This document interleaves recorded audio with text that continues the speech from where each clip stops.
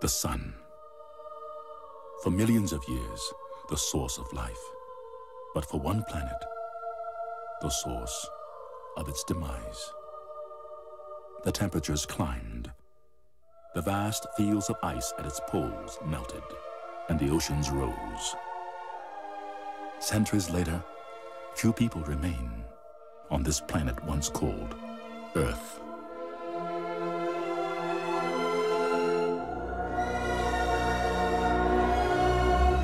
Among them, a man who still searches, a woman who still hopes, and a small child who carries the secret to a new beginning.